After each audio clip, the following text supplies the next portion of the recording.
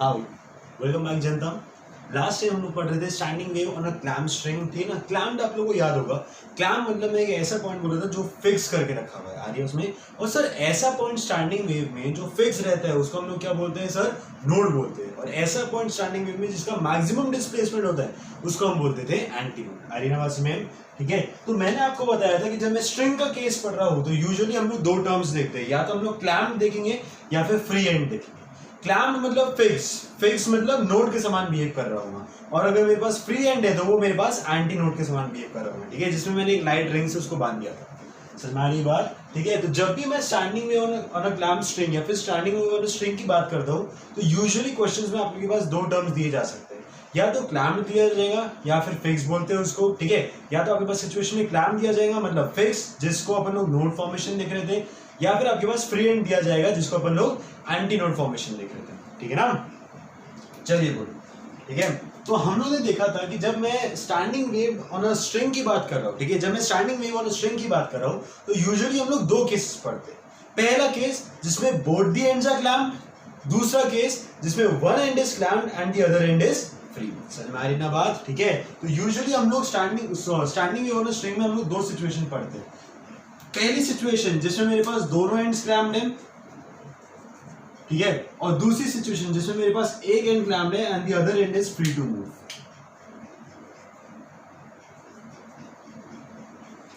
समझ में आ रही बात? ठीक है, अगर मेरे पास दोनों एंड्स क्लैम्ड है, जो मेरे पास फर्स्ट सिचुएशन थी उसमें मेरे पास दोनों एंड्स क्लैम्ड थी, मतलब ये पॉइंट और ये पॉइंट दोनों कैसे बिहेव कर रहे होंगे? मेरे पास नोड्स के समान बिहेव कर रहे हैं, और जो बीच वाला पॉइंट है वो मेरे पास बिहेव कर रहा होगा एंटी नोड्स की तरफ से। ठीक है, फिलहाल इस स्ट्रक्चर के हिसाब से।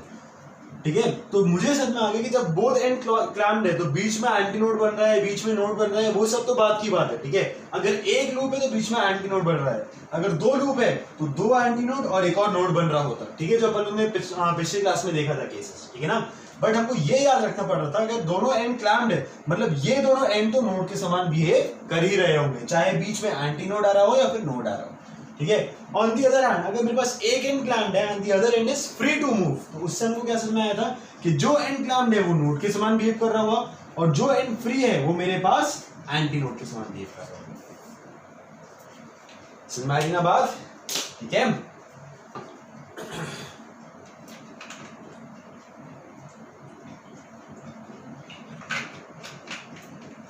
हाँ भाई देखिए सर, देखिए ये सिचुएशन तो हम लोग को समझ में आ गई थी। हम लोग ने याद करो ये वाला केस ऑलरेडी पढ़ रखा है। ठीक है, जिसमें मेरे पास बोथ एंड क्लैम्ड थे, इस केस को मैंने ऑलरेडी पढ़ रखा है। ठीक है, आपको थोड़ा सा इसका रिकैप कराता हूं मैं।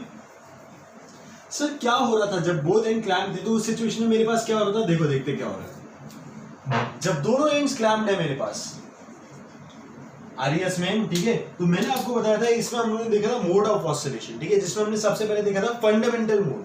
What was fundamental mode? Sir fundamental mode मतलब वो सिचुएशन जिसमें minimum number of loop formation आ रहा था। ठीक है, अब ये क्लैम्ड है मतलब यहाँ पे नोड आना चाहिए था, ये क्लैम्ड है मतलब यहाँ पे नोड आना चाहिए था, मतलब मेरे पास मिनिमम नंबर ऑफ लूप जो है वो तो एक लूप फॉर्मेशन आना ही चाहिए था।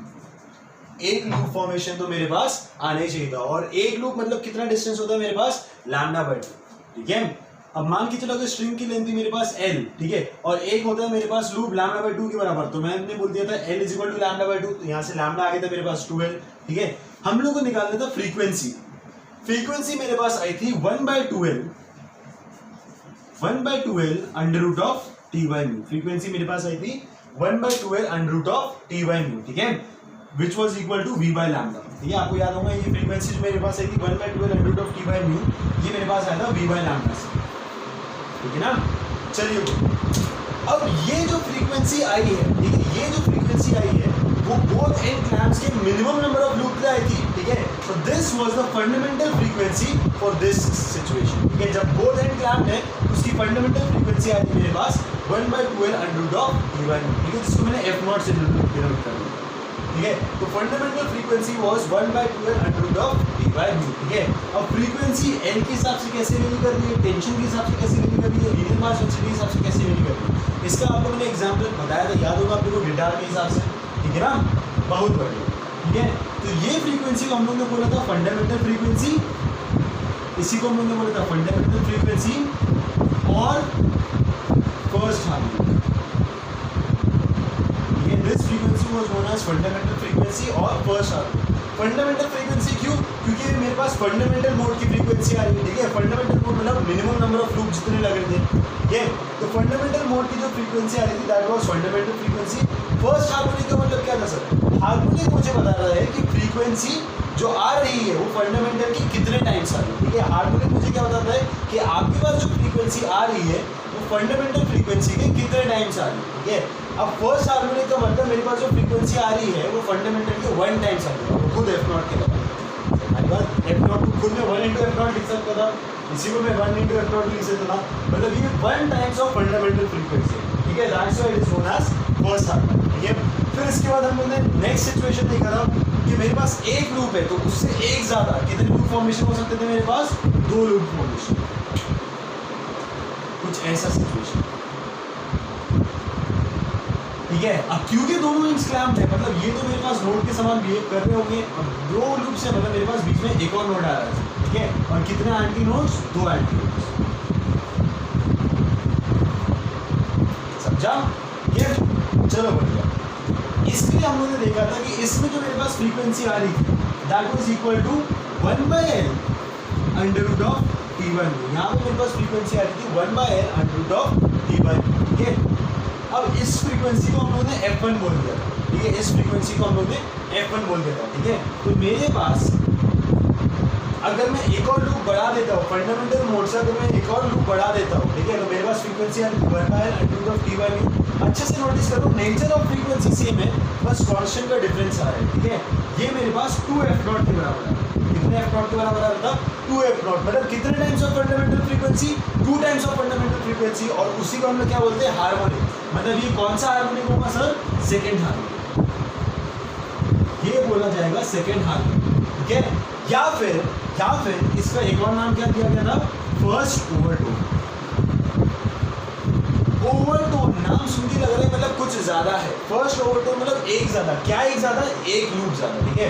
फर्स्ट ओवरटोन मतलब फंडामेंटल मोड से एक लूप ज्यादा, ठीक है। फर्स्ट ओवरटोन मतलब फंडामेंटल लूप से एक लूप ज्यादा, और सेकेंड हार्मोनिक मतलब फंडामेंटल फ्रीक्वेंसी के 2 टाइम्स आ रहे हैं। Harmonic talks in terms of frequency and overtone talks in terms of loop, ठीक है ना? हमारी बात। फिर इसका नेक्स्ट क्वेश्चन जो है वो मैंने आपको होमवर्क दिया था। अब यहाँ पे पहले एक लूप था, अब 2 लूप हो गए। अब नेक्स्ट क्या होगा सर? 3 लूप। बहुत ही बढ़िया, बड़ी शानदार। अगेन तो मेरे पास 2 एंड्स क्लैम्प्ड है और मेरे पास नंबर ऑफ लूप्स कितने बन रहे होंगे सर? अब 3 बन रहे हैं। 1 2 3। हमारी बात। तो इसमें अगर आप अच्छे से नोटिस करो, क्योंकि दोनों एंड्स क्लैम्प्ड है, मतलब ये 2 नोड के समान बिहेव कर ही रहे होंगे। और कितने नोड आ रहे हैं? और 2 नोड्स आ रहे हैं। और नंबर ऑफ एंटी नोड्स कितने हैं मेरे पास? Sir 3 anti nodes. हमारी बात, ठीक है? समझा नहीं समझा? ठीक है। तो ये फंडामेंटल फ्रीक्वेंसी से कितने लूप्स आते हैं? फंडामेंटल फ्रीक्वेंसी में सिर्फ एक लूप था, यहाँ पे और 2 लूप्स है। मतलब ये कौन सा ओवरटोन होगा सर? ये होगा मेरे पास सेकंड ओवरटोन। अब जो मेरे पास फ्रीक्वेंसी मिल रही होगी वो होगी मेरे पास सेकंड ओवरटोन की फ्रीक्वेंसी, है ना? अब जो फ्रीक्वेंसी आ रही होगी, जो भी मेरे पास फ्रीक्वेंसी की वैल्यू आने वाली है दैट इज सेकंड ओवरटोन। क्यों सेकंड ओवरटोन? क्योंकि ये फंडामेंटल फ्रीक्वेंसी से 2 लूप ज्यादा है, ठीक है ना? बहुत बढ़िया। और ये फ्रीक्वेंसी अगर आपने कैलकुलेट कर रहे होंगे तो ये आएगी मेरे पास 3/2 अंडर रूट ऑफ t/2। बहुत आसान है। फ्रीक्वेंसी मेरे पास कैसे आ रही थी? v/λ। फ्रीक्वेंसी आती है मेरे पास v/λ। Velocity in the string वो तो होती है मेरे पास under root of t/μ। Velocity in the string होती है मेरे पास अंडर रूट ऑफ t/μ। और लैम्डा की अगर मैं बात करूँ कि मान के चलो टोटल लेंथ ऑफ स्ट्रिंग थी मेरे पास l। Total length of string कितनी थी मेरे पास? l। अब कितने लूप्स आ रहे हैं मेरे पास? 3 लूप्स। एक लूप होता है λ/2, मतलब λ/2 कितना हो गया सर? 3λ/2। तो 3λ/2 is equal to l, that implies λ is equal to 12/3। Put कर दो सर यहाँ पे 12/3। तो ये आ गया मेरे पास 3/12 अंडर रूट ऑफ t/। समझ बात? अब क्योंकि सेकंड हार्मोनिक है इस वजह से मैं इसको लिख रहा हूँ f2, ठीक है? तो f2 की वैल्यू आ रही है मेरे पास 3/12 अंडर रूट ऑफ t/। अरे सर ये तो 3 टाइम्स ऑफ f0 आ रही है, ये तो मेरे पास 3 टाइम्स ऑफ f0 आ रही है। तो इसको मैं एक और नाम क्या, इसका एक और नाम क्या हो सकता है? यस सर, इसका एक और नाम हो सकता है मेरे पास थर्ड हार्मोनिक। हमारी बात ठीक है, मतलब जब मेरे पास बोथ दी एंड्स क्लैम्प्ड है तो मेरे पास फर्स्ट हार्मोनिक, फिर उसके बाद सेकंड हार्मोनिक, फिर उसके बाद third harmonic and so on. समझा ना? ठीक है, तो मैं ये लास्ट में कंक्लूड कर सकता हूँ, देखिए मैं लास्ट में ये लिख सकता हूँ, कंक्लूजन ये बता सकता हूँ कि जब मेरे पास बोथ एंड क्लैम्प्ड थे, बोथ एंड्स क्लैम्प्ड,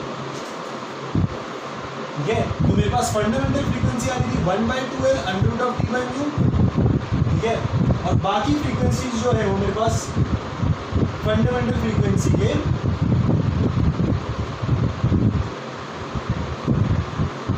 हार्मोनिक्स में आ रही थी, ठीक है, मतलब मेरे पास फर्स्ट हार्मोनिक भी था, सेकेंड हार्मोनिक भी था, थर्ड हार्मोनिक भी था, फोर्थ हार्मोनिक भी था, फिफ्थ हार्मोनिक भी था एंड सो ऑन, ठीक है ना? बहुत बढ़िया। ये तो बात हो गई भाई साहब जब दोनों एंड्स थे मेरे पास क्लैम्प। अब नेक्स्ट सिचुएशन जिसमें मेरे पास एक एंड क्लैम्प रहेगा और दूसरा एंड फ्री टू मूव।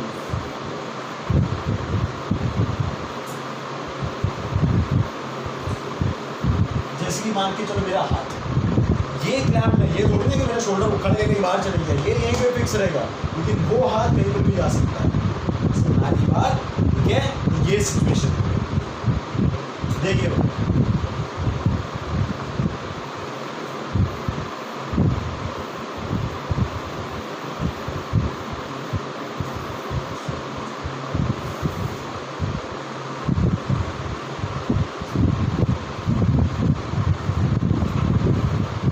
अब देखिए खेल कैसे चल रहा है सर। एक एंड क्लैम्प्ड है and the other end is free to, ठीक है सर, बात समझ में आ गई। अब जो एंड क्लैम्प्ड है वहां पे क्या फॉर्म होना चाहिए था? क्लैम्प्ड मतलब फिक्स्ड है, तो जो एंड क्लैम्प्ड है वहां पे मेरे पास नोड फॉर्मेशन आना चाहिए था, मतलब जीरो डिस्प्लेसमेंट। और जो एंड फ्री है वहां पे मैक्सिमम डिस्प्लेसमेंट, मतलब वहां पे एंटी नोड फॉर्मेशन आना चाहिए, ठीक है। तो यहाँ पे नोड आना ही चाहिए, यहाँ पे एंटी नोड आना ही चाहिए। तो minimum number of possible loop कितना था मेरे पास? ऐसा, द मोस्ट फंडामेंटल केस जो रहेगा वो मेरे पास ऐसा रहेगा, जिसमें मेरे पास ऐसा लूप फॉर्म होगा। हमारी बात क्यों? क्योंकि यहाँ पे एक नोड आना चाहिए था और यहाँ पे मेरे पास एंटी नोड आना चाहिए था, और मुझे मिनिमम चाहिए, इस वजह से मैंने बीच में कुछ भी नोड या एंटी नोड नहीं दिया। हमारी बात फिर अब इससे एक ज़्यादा रहेगा तो मैं एक लूप बढ़ा दूंगा जिसमें मेरे पास एक और नोड आ जाएगा, फिर एक और चाहिए तो मैं उसमें एक और लूप बढ़ा दूंगा जिसमें मेरे पास दो नोड आ जाएंगे एंड सो। हमारी बात तो कंडीशन क्या थी ये बात समझो। देखो मैं आपको फिर से समझाता हूँ कि फंडामेंटल मोड कैसे पहचानते हैं। मैंने देख लिया कि जब दोनों एंड्स क्लैम्प्ड थे तो यहाँ पे एक नोड फॉर्मेशन आना चाहिए था, यहाँ पे एक नोड फॉर्मेशन आना चाहिए। समझ बात, ये कंडीशन है, समझा? बहुत बढ़िया, ये मेरे पास कंडीशन है। अब अगर मुझे सबसे ज़्यादा फंडामेंटल या सबसे ज़्यादा मिनिमम नंबर ऑफ लूप्स चाहिए, तो अगर मैंने बीच में एक और नोड डाल दिया तो मेरे पास ज़्यादा लूप्स फॉर्मेशन आ जाएगी, ठीक है। कंडीशन मेरे पास सिर्फ यहाँ पे, क्या बीच में कोई कंडीशन है क्या? नहीं। तो बीच में मैं चाहे नोड क्रिएट करूँ या ना करूँ वो मुझ पर डिपेंड करूँ, ठीक है। तो फंडामेंटल मोड के मैंने बीच में कोई भी नोड क्रिएट नहीं किया। फिर अगर मुझे उससे एक ज़्यादा चाहिए था तो मैंने एक नोड क्रिएट कर दिया, उससे एक ज़्यादा चाहिए था तो मैंने उसमें दो नोड क्रिएट कर दिया। हमारी बात तो एक नोड बढ़ाते जाओगे तो आप फंडामेंटल से एक आगे जाओगे, लेकिन मेरे पास फंडामेंटल कब रहेगा? जब कंडीशंस के सिवा बीच में आप और कोई एक्स्ट्रा नोड नहीं डालें। कंडीशन सिर्फ इस पॉइंट और इस पॉइंट पर, बीच में कोई कंडीशन नहीं है तो बीच में कोई नोड मत डालो, दैट विल बी फंडामेंटल। हमारी बात ठीक है, क्योंकि सिचुएशन हमेशा ऐसा नहीं है, वो लोग थोड़ा घुमा घुमा के भी देख सकते हैं। तो पहचान में आना चाहिए कि फंडामेंटल मोड है क्या, ना सिर्फ जहाँ पे कंडीशन है वहाँ पे नोड या एंटी नोड रखो और बीच में मेरे पास कोई भी मत रखना। Okay, that would be the most possible fundamental case. ना अब देखिए, तो इसमें मुझे समझ आ गया कि मेरे पास फंडामेंटल केस जो आ गया, मेरे पास ये आ गया जिसमें मेरे पास यहाँ पे एक नोड है, यहाँ पे मेरे पास एंटी नोड है। अच्छे से देखो, ये कंप्लीट लूप भी नहीं, ये कंप्लीट लूप का आधा है। ये कंप्लीट लूप मतलब यहाँ पे आके एंड चाहिए था, ये पूरे कंप्लीट लूप का आधा है। हमारी बात, अब अगर ये कंप्लीट लूप होता तो लैम्डा बाय 2 डिस्टेंस होता, तो कंप्लीट लूप का आधा, ये मेरे पास कितना डिस्टेंस होगा? Lambda by. हमारी बात समझा नहीं समझा? ठीक है, अब सुनो, मान की चलो स्ट्रिंग की टोटल लेंथ थी मेरे पास, स्ट्रिंग की टोटल लेंथ मेरे पास क्या थी?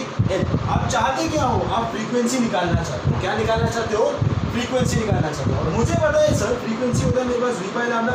सर यही तो करते हुए आ रहे थे पिछले केस में, तो वही तो फिर से करना है बेटा। समझानी बात, ये फ्रीक्वेंसी निकालना है which is equal to v by lambda.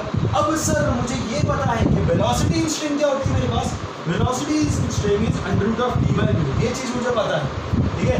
सिर्फ अगर मुझे लैम्डा मिल गया तो क्या मुझे फ्रीक्वेंसी मिल जाएगी, बहुत बढ़िया। अब मुझे पता है कि ये डिस्टेंस जो है according to the loop this distance should be equal to lambda by 4, but string की लेंथ कितनी थी मेरे पास l, इसका मतलब lambda by 4 is equal to lambda by 4 is equal to l, मतलब लैम्डा इज इक्वल टू, तो मेरे पास फ्रीक्वेंसी कितनी होगी मेरे पास, फ्रीक्वेंसी अब क्योंकि फंडामेंटल मोड है इस वजह से मैं f नॉट लिख रहा हूँ is equal to v by lambda. v था मेरे पास under root of v by mu upon lambda कितना था मेरे पास 4। फंडामेंटल फ्रीक्वेंसी मेरे पास आ गई भाई साहब 1/4 है under root of v by mu. गजब सर गजब, मजे आ गए सर, समझा नहीं समझा। फंडामेंटल फ्रीक्वेंसी आ गई 1/4 under root of v by, बात समझा नहीं समझा। अच्छे से देखो नेचर अभी भी वही है, एफ नॉट एल की इनवर्सली प्रोपोर्शनल, टी के डायरेक्टली प्रोपोर्शनल, म्यू के इनवर्सली प्रोपोर्शनल, यही मेरे पास बोथ एंड क्लास में भी आ रहा था, बस चेंज हो रहा है तो कांस्टेंट चेंज। समझ रही बात। अब इसी को हम लोग क्या बोलेंगे, क्योंकि मैं फंडामेंटल मोड की फ्रीक्वेंसी निकाल रहा हूँ ना, दिस इज फंडामेंटल फ्रीक्वेंसी,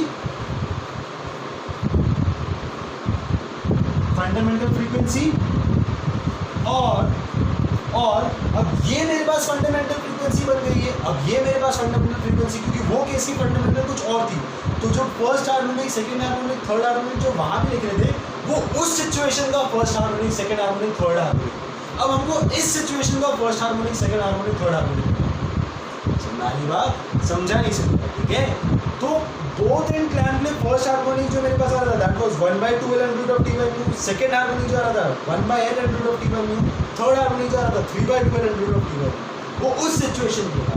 अब इस सिचुएशन का हार्मोनिक इसके फंडामेंटल के हिसाब से डिसाइड करें, उस सिचुएशन का हार्मोनिक उसके फंडामेंटल के हिसाब से डिसाइड करें, जिस सिचुएशन का हार्मोनिक निकालना है आपको उसके फंडामेंटल के हिसाब से डिसाइड करना है।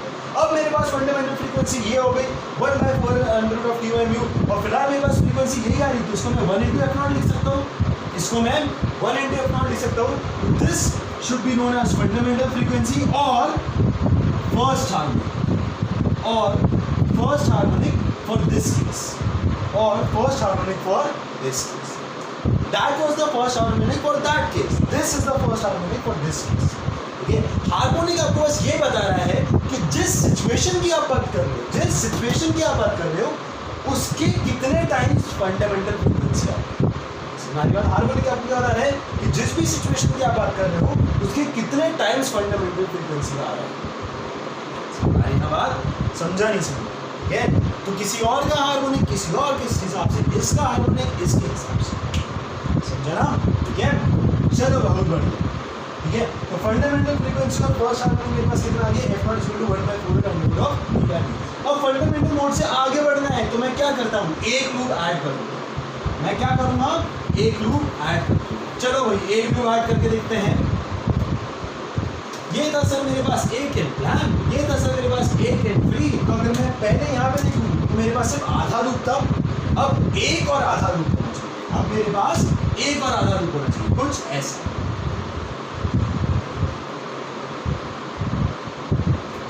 बात समझा नहीं समझा। क्या ये फंडामेंटल मोड से एक लूप ज्यादा है, क्या ये फंडामेंटल मोड से एक लूप ज्यादा है, तो इसको मैं क्या बोलूंगा, फर्स्ट ओवरटोन। अब मैं इसको बोलूंगा first overtone for this situation. समझी बात। तो हार्मोनिक या ओवरटोन आप सिचुएशन के हिसाब से बताते हैं, वहां का हार्मोनिक उसके हिसाब से, वहां का ओवरटोन उसके हिसाब से, यहाँ का हार्मोनिक इसके हिसाब से, यहाँ का ओवरटोन इसके हिसाब से। समझा, ठीक है, बहुत बढ़िया। तो अगर आपको किसी ने पूछा कि what is the first harmonic frequency, ठीक है, तो उसको बताना चाहिए कि वो किस सिचुएशन की बात कर रहा है, बोथ एंड क्लैम्प या वन एंड क्लैम्प। समझा ना, ठीक है। चलो बहुत बढ़िया। हाँ भाई, तो मेरे पास फर्स्ट ओवरटोन, मतलब मैंने एक और लूप एक्स्ट्रा ऐड कर दिया। अब यहाँ पे मुझे फ्रीक्वेंसी निकालना है, क्योंकि फर्स्ट ओवरटोन है तो मैं यहाँ की फ्रीक्वेंसी को f1 डिनोट करूँगा, यहाँ की फ्रीक्वेंसी को f1 डिनोट करूँगा, फंडामेंटल को f0, फर्स्ट ओवरटोन मतलब f1, सेकंड ओवरटोन मतलब f2, थर्ड ओवरटोन मतलब f3, ठीक है। अब देखिए भाई साहब, मुझे पता है भाई साहब, मुझे पता है कि फ्रीक्वेंसी होता है मेरे पास v बाय लैम्डा, फ्रीक्वेंसी होती है मेरे पास v बाय लैम्डा, ठीक है। अब वेलोसिटी इन स्ट्रिंग कितनी होती है मेरे पास under root of t by mu, velocity in string होती है मेरे पास under root of t by mu. इसका मतलब अगर लैम्डा मिल गया तो क्या फ्रीक्वेंसी मिल जाएगी, आए ठीक है, अगर लैम्डा मिल गया तो मेरे पास फ्रीक्वेंसी मिल जाएगी। अब आता है लैम्डा का खोज, ठीक है। मुझे पता था कि ये स्ट्रिंग की टोटल लेंथ मेरे पास थी n, ठीक है। लैम्डा याद रखना, मुझे लेंथ ही मिलनी है तो इस वजह से मैं लेंथ कंपेयर करूँ। ये स्ट्रिंग की टोटल लेंथ मान के चलो n। अब मेरे पास यही है इन टर्म्स ऑफ लैम्डा कितना आ रहा है, आधा, सॉरी एक लूप मतलब आधा lambda, so this is lambda by 2, आधा लूप मतलब 1/4 lambda, this is lambda by 4, so lambda by 2 plus lambda by 4, lambda by 2 plus lambda by 4 that is equal to 3 lambda by 4, ठीक है। मतलब in terms of lambda this length is 3 lambda by 4, in terms of lambda this length is 3 lambda by 4, ठीक है। तो अगर मेरे पास 3 lambda by 4 is equal to l, that implies lambda is equal to 4l by 3, lambda is equal to 4l by 3, put कर दो भाई साहब, लैम्डा आ गया मेरे पास 4l बाय 3। तो फर्स्ट ओवरटोन की फ्रीक्वेंसी आ गई मेरे पास 3 by 4l under root of 2 by, first overtone की फ्रीक्वेंसी आ गई मेरे पास 3 by 4l under root of 2 by 2। अरे सर फंडामेंटल कितनी आ रही थी 1 बाय 4l, अब कितनी आ रही है फर्स्ट ओवरटोन 3 बाय 4l, मतलब ये फंडामेंटल के कितने टाइम्स आ रही है सर 3 टाइम्स, फंडामेंटल कितने टाइम्स आ रही है सर मेरे पास 3 टाइम्स आ रही है। So this should be known as first overtone, this can be known as first overtone. और कौन सा हार्मोनिक, क्या सेकेंड, नहीं सर, अब आ गया मेरे पास थर्ड हार्मोनिक, अब आ गया मेरे पास, अरे सर मतलब सेकेंड हार्मोनिक तो आए नहीं सर। इसका मतलब जब मैं 1 and 3 की बात करता हूँ तो उसमें सारे हार्मोनिक नहीं आते, उसमें मेरे पास फर्स्ट आया, फर्स्ट के बाद थर्ड आया, थर्ड के बाद फिफ्थ आएगा, फिफ्थ के बाद सेवेंथ आएगा, मतलब सिर्फ ऑड हार्मोनिक्स, समझानी बात, ठीक है। तो सारे ओवरटोन्स आना तो जरूरी है, क्यों, क्योंकि ओवरटोन मतलब कितने लूप्स आ रहे, और मैं लूप तो एक एक ही ऐड करते जाऊँगा तो सारे मेरे पास ओवरटोन तो आएंगे ही आएंगे, ठीक है। जब मैं जनरल केस की बात कर रहा हूँ सारे ओवरटोन तो आएंगे आएंगे, लेकिन क्या सारे हार्मोनिक आना जरूरी है क्या, नहीं सर, क्योंकि जरूरी नहीं कि मेरे पास फंडामेंटल फ्रीक्वेंसी के 1 टाइम 2 टाइम 3 टाइम 4 टाइम्स ऐसे ही है, पहला 1 टाइम आया तो दूसरा थर्ड टाइम आ गया, उसके बाद फिफ्थ टाइम आ जाएगा, मतलब first harmonic, third harmonic, fifth harmonic, seventh harmonic, ऐसे हार्मोनिक मेरे पास आ रहे हैं, समझा नहीं ये, ठीक है। अब इसके तो बार बार चलेगा, जैसे मैंने फर्स्ट ओवरटोन निकाला, सेकंड ओवरटोन मतलब क्या रहेगा, उसमें मेरे पास 2 लूप्स आ रहे हैं, तो यहाँ पे मैंने 1 और आधा बनाया था, वहाँ पे 1 2 और आधा बनाया, ठीक है, वहाँ पे 2 और आधा हो गया, ठीक है। वो सिचुएशन आप लोग सॉल्व करिएगा और मुझे सोल्यूशन भेजिए, ठीक है। हाँ, तो यहाँ से मैं कंक्लूड कर सकता हूँ कि जब मेरे पास 1 and free and the other end is free, sorry मेरे पास 1 and fixed and other free, तो मेरे पास फंडामेंटल फ्रीक्वेंसी कितनी आ रही थी 1 by 4l under root of t by mu. First overtone की फ्रीक्वेंसी कितनी आ रही थी 3f0 मतलब थर्ड हार्मोनिक। सेकंड ओवरटोन की फ्रीक्वेंसी कितनी आएगी फिफ्थ हार्मोनिक। थर्ड ओवरटोन की फ्रीक्वेंसी कितनी आएगी 7 हार्मोनिक मतलब ऑड हार्मोनिक्स। नोट करने वाली बात, ठीक है। लेकिन ऑब्वियस सी बात है ये जनरल केसेस है, मतलब इसके क्वेश्चंस आपको आएंगे नहीं आएंगे वो जरूरी तो है नहीं, क्योंकि सारे बच्चे पढ़ के रखते हैं, तो जेईई वाले प्रोफेसर और भी ज़्यादा स्मार्ट है, ठीक है। तो वो आपको क्वेश्चन मैक्सिमम में वैसे लेते हैं तो जनरल टॉपिक से रिलेटेड नहीं है, ठीक है। आपको खुद से डिराइव करना, ठीक है। माय पॉइंट इज चीज़ें रटो मत, ये समझो कि मैंने ओवरटोन मतलब क्या बताया था, मैंने हार्मोनिक मतलब क्या बताया था, और मैं फ्रीक्वेंसी निकाल कैसे रहा, ये बेसिक तरीका समझो। अगर ये समझ में आ गया फिर चाहे नया सिचुएशन क्यों ना ले तो आप केस सॉल्व करें, ना समझा बहुत। ये अब एक चीज़ नोटिस करो,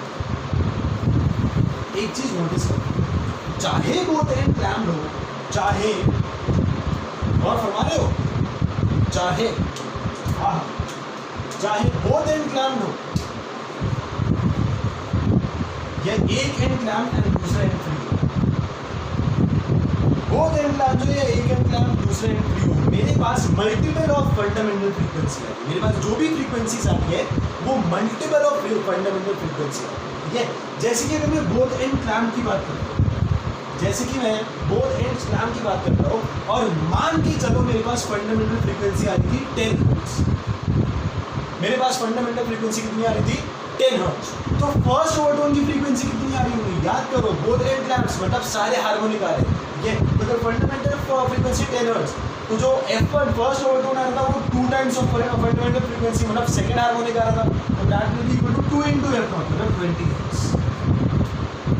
सारी बात समझा नहीं समझा, ठीक है। वैसे ही जो सेकंड ओवरटोन आ रही होगी दैट विल बी 3F0 मतलब 30 हर्ट्ज।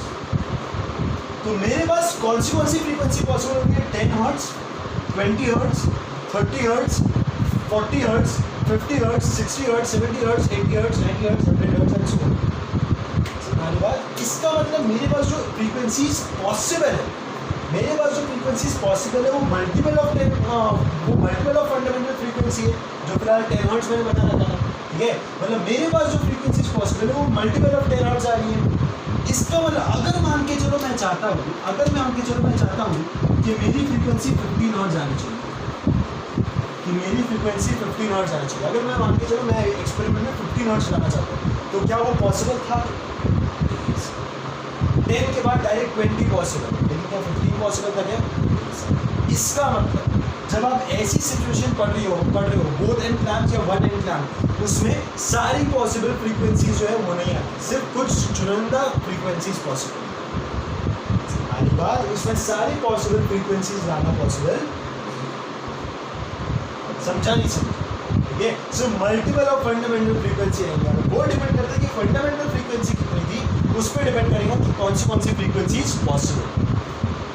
इसका मतलब कि जब मैं standing wave on a string देख रहा हूँ, चाहे 2 एंड क्लैम्प या 1 and clamp at the other and fix, ठीक है। तो मेरे पास सारी फ्रीक्वेंसी लाना पॉसिबल नहीं है, सिर्फ फंडामेंटल फ्रीक्वेंसी की मेरे पास हार्मोनिक्स लाना पॉसिबल। अब मान के चलो अगर मेरे पास बोथ एंड फिक्स की जगह, अगर 1 and fix and the other and free होता, तो भाई साहब इसमें तो चीज़ें और अलग हो जाती, सर कैसे सर? F0 मान के चलो 10 हर्ट्ज था, तो फर्स्ट ओवरटोन जो है वो थर्ड हार्मोनिक आ रहा था मतलब 3F0 मतलब 3 into 10 30 हर्ट्ज। सेकेंड ओवरटोन जो है वो फिफ्थ हार्मोनिक आ रहा था भाई साहब मतलब 50 हर्ट्ज। मतलब अगर आप यहाँ पे आप फ्रीक्वेंसी 20 हर्ट्ज लाने की कोशिश करते हो इस सिचुएशन में, अगर आप फ्रीक्वेंसी 20 हर्ट्ज डिजायर करते हो इस सिचुएशन में, तो क्या वो पॉसिबल थी क्या? बात समझा नहीं समझा? तो हम लोग एक्सपेरिमेंट्स परफॉर्म ऐसा करते हैं, हम लोग को जो फ्रीक्वेंसी को यहाँ पे यूज़ करना पड़ता है। अब सर फ्रीक्वेंसी में आपको बताऊँ कि मैं ये जो ऑसिलेट करता हूँ, ठीक है, उसी से मेरी फ्रीक्वेंसी डिसाइड होती है कि मैं कितना ऑसिलेशन कर रहा हूँ पर यूनिट टाइम, उसी से तो मेरी फ्रीक्वेंसी डिसाइड होगी, ठीक है। अब ये ऑसिलेशन ऐसे नहीं कि स्ट्रिंग को पकड़ के हाथ से चेक करता हूँ, इसमें मैं यूज़ करता हूँ ट्यूनिंग फोक, याद करो ऐसा टॉइंग टाइप का रहता है जिसको मारे ऐसा झूलते रहता है, वाइब्रेट करते रहता है, ऐसा कुछ दिखाई देता है।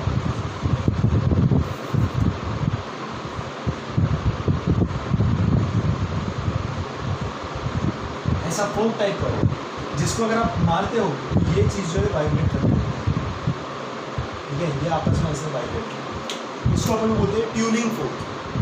हमारी बात, तो ट्यूनिंग फोक से आप स्ट्रिंग के अंदर वाइब्रेशन है, ट्यूनिंग फोक का ऐसा मारा वो वाइब्रेट करने लग गया, अब उसकी फ्रीक्वेंसी 10 हर्ट्ज है, तो जब स्ट्रिंग आगे वो भी 10 हर्ट्ज से वाइब्रेट करेंगे। हमारी बात, ऐसे में फ्रीक्वेंसी डिसाइड कर, समझा नहीं समझा? तो क्या मैं सारी पॉसिबल फ्रीक्वेंसी ला सकता हूँ क्या? नहीं सर, मैं सिर्फ फंडामेंटल मोड के या फंडामेंटल फ्रीक्वेंसी के हार्मोनिक्स पॉसिबल, और वो भी डिपेंड करता है कि आप कौन सी सिचुएशन की बात करें। बोथ एंड फेज है तो सारे हार्मोनिक पॉसिबल है, वन एंड फेज है तो सिर्फ ऑड हार्मोनिक पॉसिबल। समझने का बात, ठीक है। इसके साथ आपके पास standing wave on a string जो है उसका बेसिक कंप्लीट होता है।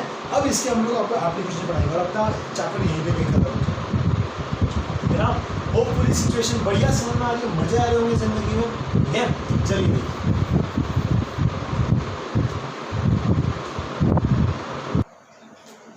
हाँ चिंता, हम लोग ने यहाँ तक देख लिया था, ठीक है, कि मान के चलो अगर मेरे पास एक स्ट्रिंग है जिसको मैंने दोनों साइड क्लैम्प कर रखा है, या मान के चलो सिर्फ एक साइड क्लैम्प कर रखा है, ठीक है, तो उस पे मेरे पास फ्रीक्वेंसी कितनी होती है वो हम लोगों ने निकालना सीख लिया था, ठीक है। हमारी बात हम लोग ने ये सीख लिया है कि मेरे पास स्ट्रिंग जो है उस पर अगर स्टैंडिंग वेव क्रिएट हो रही है तो उसकी फ्रीक्वेंसी कैसे निकाला जाए। बहुत बढ़िया, आप भी खुश, मैं भी खुश, बहुत बढ़िया जिंदगी चल रही है। लेकिन मान के चलो ये एक सपोर्ट है जिस पर मैं काम करने वाला हूँ, ये एक सपोर्ट है जिस पर मैं काम करने वाला हूँ, लेकिन सर दुविधा ये है कि एक स्ट्रिंग की जगह अब दो अलग अलग स्ट्रिंग, एक स्ट्रिंग की जगह दो अलग अलग स्ट्रिंग। कैसे दो अलग अलग? पहले की लीनियर मास डेंसिटी μ1, दूसरी की लीनियर मास डेंसिटी सर μ2। समझ लो, अगर आप पोकेमॉन म्यूटू की बात कर रहा हूँ, लीनियर मास डेंसिटी μ2 हो गई है, बना जाता नहीं है ये। चलो देखो में बात, ठीक है। पहली स्ट्रिंग जिसकी लीनियर मास डेंसिटी है μ1, दूसरी स्ट्रिंग जिसकी लीनियर मास डेंसिटी है मेरे पास μ2, ठीक है। अब अगर आपको बोला जाए कि मान के चलो मैं इसको वाइब्रेट करा दूँ, ठीक है, मैंने फ्रीक्वेंसी, मैंने जो ट्यूनिंग फोर्क को यहाँ पे प्लेस कर दिया था, जिसकी वजह से वाइब्रेशन स्टार्ट हो, जिसकी वजह से वाइब्रेशन स्टार्ट हो, ठीक है सर। अब अगर दो अलग अलग स्ट्रिंग है तो क्या एग्जैक्टली सेम वाइब्रेशन दिखाई दे रहे होंगे या कुछ डिफरेंस आ रहा हो? चलो देखते। मुझे एक चीज पता है सर कि वेलोसिटी, लैम्डा और फ्रीक्वेंसी, ये तीन बेसिक चीजें होती हैं जिसके बारे में मुझे स्टडी करना है, ठीक है। मैं स्टडी करना चाहता हूँ कि क्या मेरे पास फ्रीक्वेंसी, क्या मेरे पास वेलोसिटी, क्या मेरे पास लैम्डा एग्जैक्टली हूबहू दोनों पे सेम रहे, एग्जैक्टली हूबहू दोनों में सेम है। तो मुझे पता है v = लैम्डा f होता है, v = लैम्डा f होता है, बहुत बढ़िया। हमने देखा था कि फ्रीक्वेंसी जो है that is a source dependent property.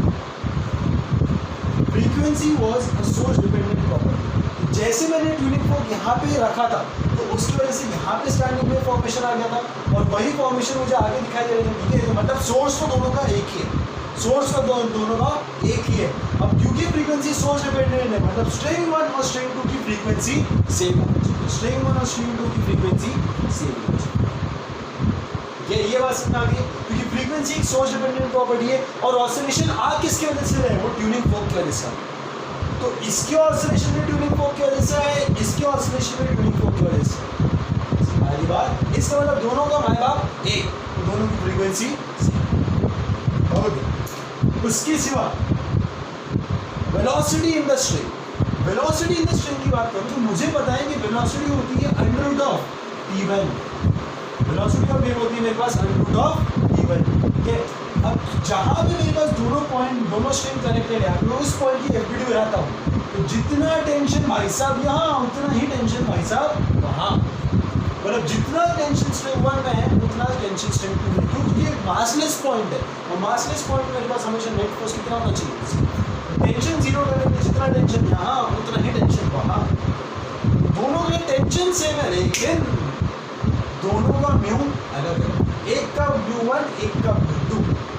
हमारी बात तो क्या वेलोसिटी सेम रहेगी क्या? नहीं सर। और आपको याद होगा velocity was a medium dependent property, velocity was a medium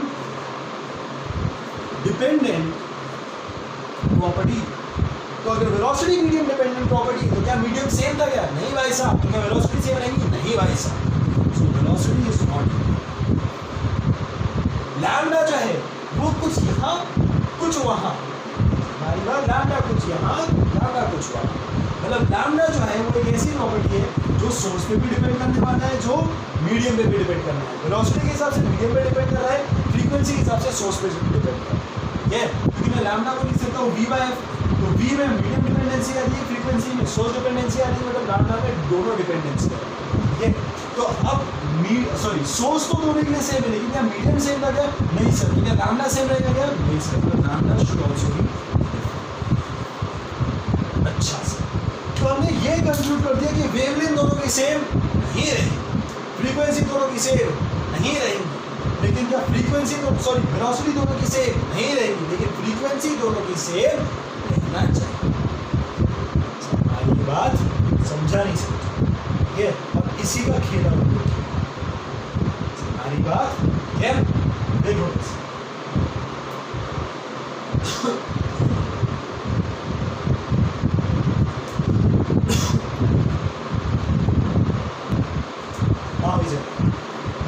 तो हम लोग ने देख लिया था कि मेरे पास दोनों स्ट्रिंग जो है उनमें ना ही तो वेव वेलोसिटी सेम रहेंगी ना ही तो वेवलेंथ सेम रहेंगी, सेम रहना चाहिए तो सिर्फ क्या फ्रीक्वेंसी। ठीक है, अब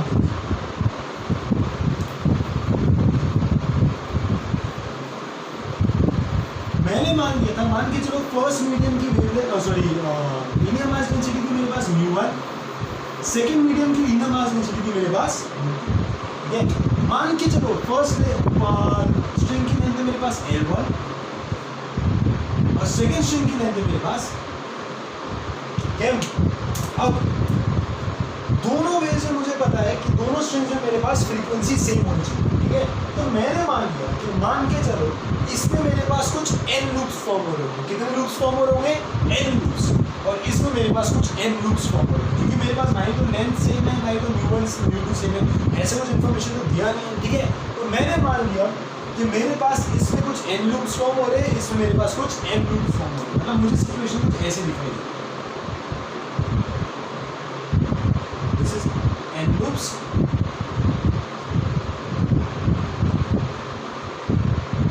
these are n loops। पहली बात मान के चलो यहाँ पे n loops फॉर्म हुए, यहाँ पे n loops फॉर्म हुए और ऐसे अरे गिनने में बैठ जाए 1 2 3 मतलब 3 है, n की वैल्यू 3 जरूरी थोड़ी ना, मैंने तो बस ऐसे ड्रॉ कर दिया। ठीक है, यहाँ पे मेरे पास n loops है, यहाँ पे मेरे पास n loops है। अच्छे से देखो यहाँ पे मैंने लूप्स की लेंथ जहाँ पे पहले स्ट्रिंग में जितनी थी मैंने दूसरी स्ट्रिंग में लूप्स की लेंथ अलग कर दी। क्यों? क्योंकि वेवलेंथ दोनों की अलग अलग। ठीक है,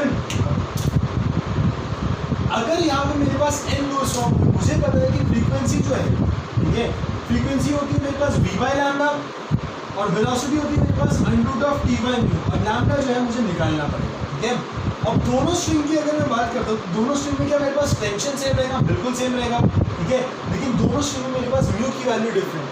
ठीक है, और इवन लैम्डा भी मेरे पास डिफरेंट आएगा। ठीक है, तो अगर मुझे म्यू और लैम्डा पता चल गया, ठीक है, सॉरी म्यू तो ऑलरेडी दिया हुआ है, अगर मुझे लैम्डा पता चल गया, क्या मुझे फ्रीक्वेंसी पता चल जाएगी?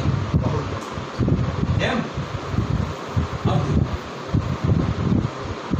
यहाँ पे अगर मेरे पास n लूप फॉर्मेशन हुआ है, मुझे पता है कि हर एक लूप में मेरे पास कितना डिस्टेंस रहता है? λ/2 डिस्टेंस। हर एक लूप में मेरे पास कितना डिस्टेंस रहता है?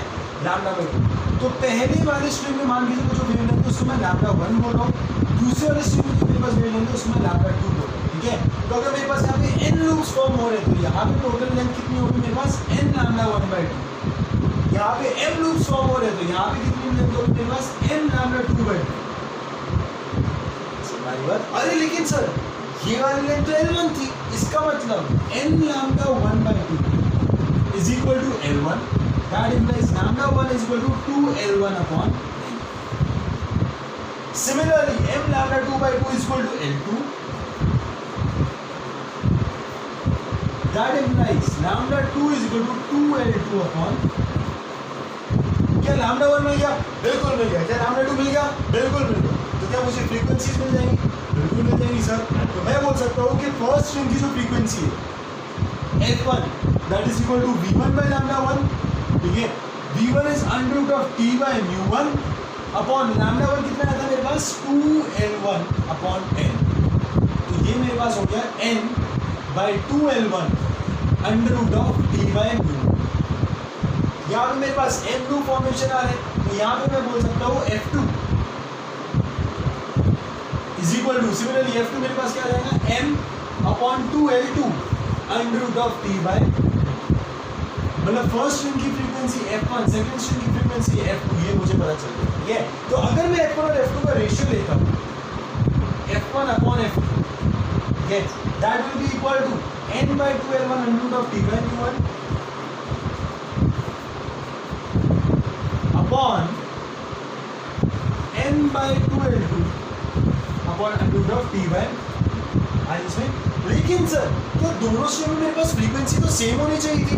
ऑब्वियसली बात है, ये तो देखा ना कि वेवलेंथ डिफरेंट रहेगा, वेव स्पीड डिफरेंट रहेगी, लेकिन फ्रीक्वेंसीज सेम होनी चाहिए। मतलब f1 बाय f2 कितना होना चाहिए मेरे पास? 1। ठीक है, तो मैं लिख सकता हूँ n by 2L1 √t by μ1 is equal to m by 2L2 √t by. ठीक है, क्या 2 भाजन क्या tt भाजन, तो मेरे पास फाइनली क्या आ गया उसको मैं यहाँ पे लिख रहा हूँ n upon L1 √μ1 is equal to m upon L2 √μ2।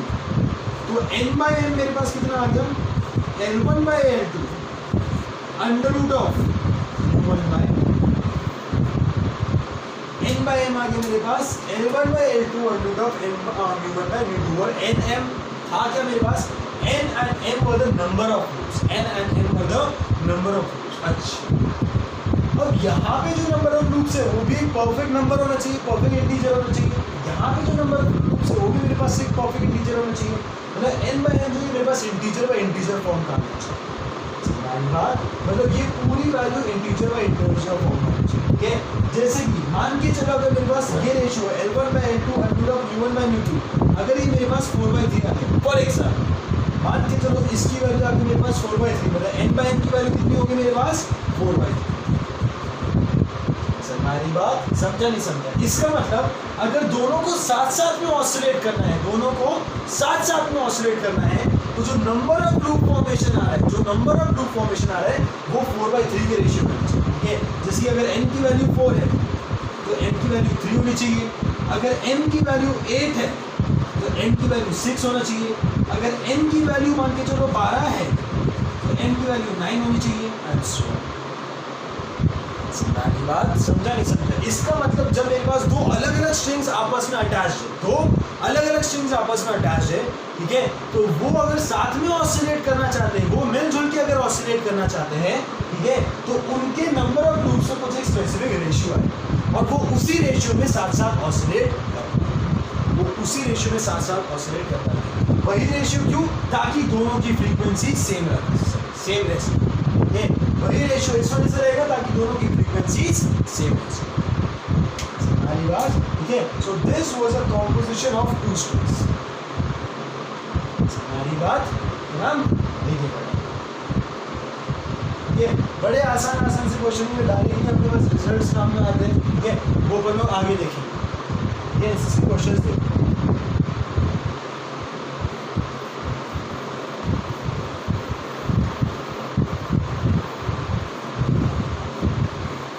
इसके बाद लिखना standing wave in a rod, standing wave in a rod, standing wave in a rod,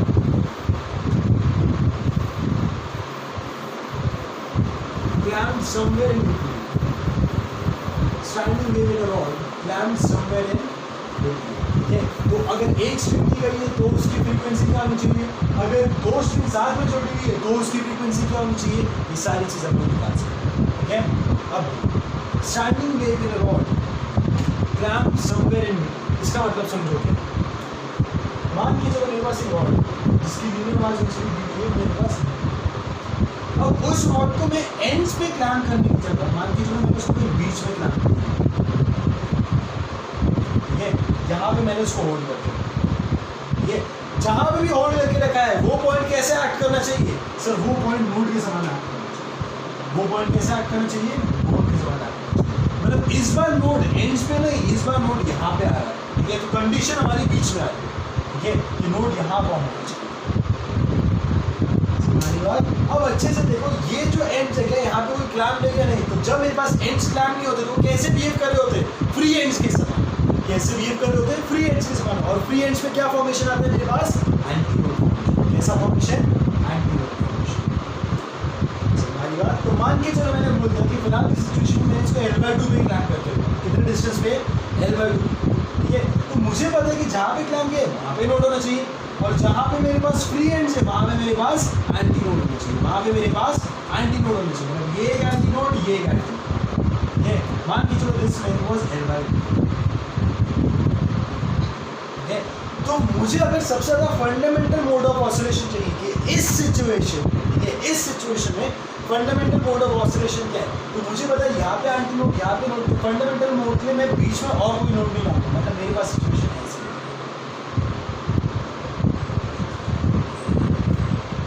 अब रॉड सिर्फ यहाँ पे तो नहीं, ये वाला एंड भी ऑसिलेट कर रहा होगा। ठीक है, तो फंडामेंटल नोड, ठीक है, अब ये मेरे पास L/2।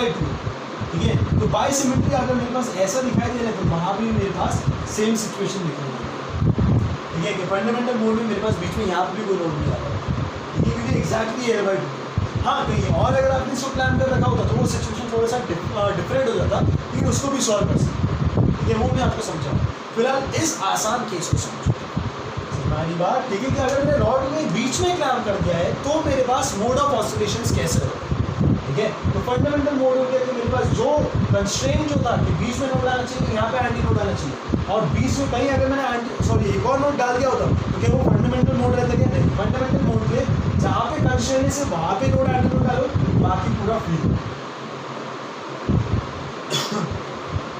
हमारी बात तो फंडामेंटल मोड ऑफ ऑसिलेशन मुझे कुछ ऐसा दिखाई दिया, समझा। अब मान के चलो मेरे पास टोटल लेंथ थी, मेरे पास n, टोटल लेंथ मेरे पास क्या थी? n। हमारी बात ठीक है। वेलोसिटी इन द स्ट्रिंग में फिर से amplitude of T by mu लिख सकते हो। Velocity in the rod amplitude of T by mu, tension कितना था मेरे पास, and mu is the linear mass density. हमारी बात ठीक है। अब वेलोसिटी होगी मेरे पास amplitude of T by mu, उसकी सिवा वेवलेंथ की अगर मैं बात करता हूँ, ठीक है, वेवलेंथ की अगर मैं बात करता हूँ, वेवलेंथ मेरे पास कितना हो गया? ये मेरे पास एक कंप्लीट लूप, ये मेरे पास आधा लूप, ये आधा लूप, ये आधा लूप, मतलब एक कंप्लीट लूप। और एक कंप्लीट लूप में मेरे पास कितना वेवलेंथ होता है? लैम्डा बाई 2, मतलब this distance is lambda by 2, ठीक है। So lambda by 2 is equal to total length n, मतलब लैम्डा इज इक्वल टू, हमारी ना बात ठीक है। तो मैं अगर फ्रीक्वेंसी फंडामेंटल मोड की फ्रीक्वेंसी बोल रहा हूँ इस सिचुएशन पे, so that will be equal to v by lambda. v था मेरे पास under of t by mu, lambda was 2l, so ये मेरे पास आ गया 1 बाय 2l अंडर ऑफ। तो फंडामेंटल मोड आ गया मेरे पास 1 by 2l under of t by, ठीक है। अगर मैं फर्स्ट ऑर्डर की अगर मैं बात करता हूँ, ठीक है, तो मुझे एक लूप बढ़ाना चाहिए था। फर्स्ट ऑर्डर की अगर मैं बात करूँ तो मेरे पास एक लूप बढ़ना चाहिए था, ठीक है।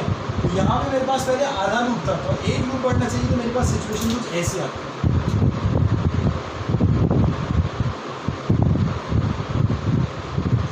हमारी बात ठीक है।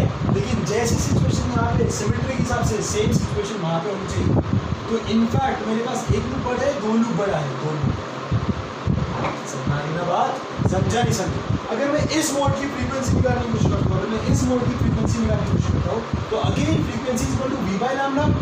वेलोसिटी तो सर सेम ही रहेगी, under of t by mu upon, अगर मैं लैम्डा की बात करता हूँ, ठीक है, तो यहाँ पे नंबर ऑफ लूप्स कितने हो गए? 1 2 आधा और आधा 1, ठीक है, मतलब 1 2 और पूरा 3, ठीक है, मतलब मेरे पास 3 लूप्स हो गए, और हर एक लूप में कितनी लेंथ रहती है? लैम्डा बाय 2, मतलब ये हो गया मेरे पास 3 lambda by 2 is equal to n, that implies lambda is equal to 2l by 2। Put कर दो तो ये हो गया मेरे पास 2l बाय 2, सो फ्रीक्वेंसी आ गई मेरे पास 3 बाय 2l अंडर ऑफ। सारी बात मतलब ये मेरे पास कौन सी फ्रीक्वेंसी आ गई? Third harmonic. फर्स्ट हार्मोनिक के बाद डायरेक्टली मेरे पास थर्ड हार्मोनिक। समझा नहीं समझा? ठीक है, ठीक है। तो अगर मान के चलो मैंने L बाय 2 पे क्लैम्प कर रखा था, तो आपको सिचुएशन समझ आ गया, ठीक है। आपके लिए होमवर्क है, आपके लिए होमवर्क है कि मैंने इस रॉड को L बाय 2 की जगह तो मैंने L बाय 4 पे क्लैम्प किया। L बाय 2 की जगह मैंने L बाय 4 पे क्लैम्प किया होता तो सिचुएशन क्या होगा? ये आपका होमवर्क, ठीक है। तो मेरे पास फंडामेंटल फ्रीक्वेंसी क्या होगी? तो मेरी फंडामेंटल फ्रीक्वेंसी क्या होगी? ठीक है। अगर मैं अब इससे एक और मोड आगे जाने की कोशिश करूँ, मतलब मुझे एक और लूप यहाँ पे बढ़ाना पड़ेगा, तो अगर एक और लूप यहाँ पे बढ़ाए, एक और लूप यहाँ पे बढ़ाए, ठीक है। सर आपने कंबाइन लूप पूरा सिर्फ एक ही लूप क्यों नहीं बढ़ाया? क्योंकि अगर एक लूप बढ़ाया होता तो बीच में एंटी नोड आया, बीच में मेरे पास एंटी नोड आया। समझो कैसे? ठीक है। अगर मैं पिछले सिचुएशन को फंडामेंटल मोड को कंपेयर करता हूँ, फंडामेंटल मोड का भाई साहब मेरे पास कुछ ऐसा,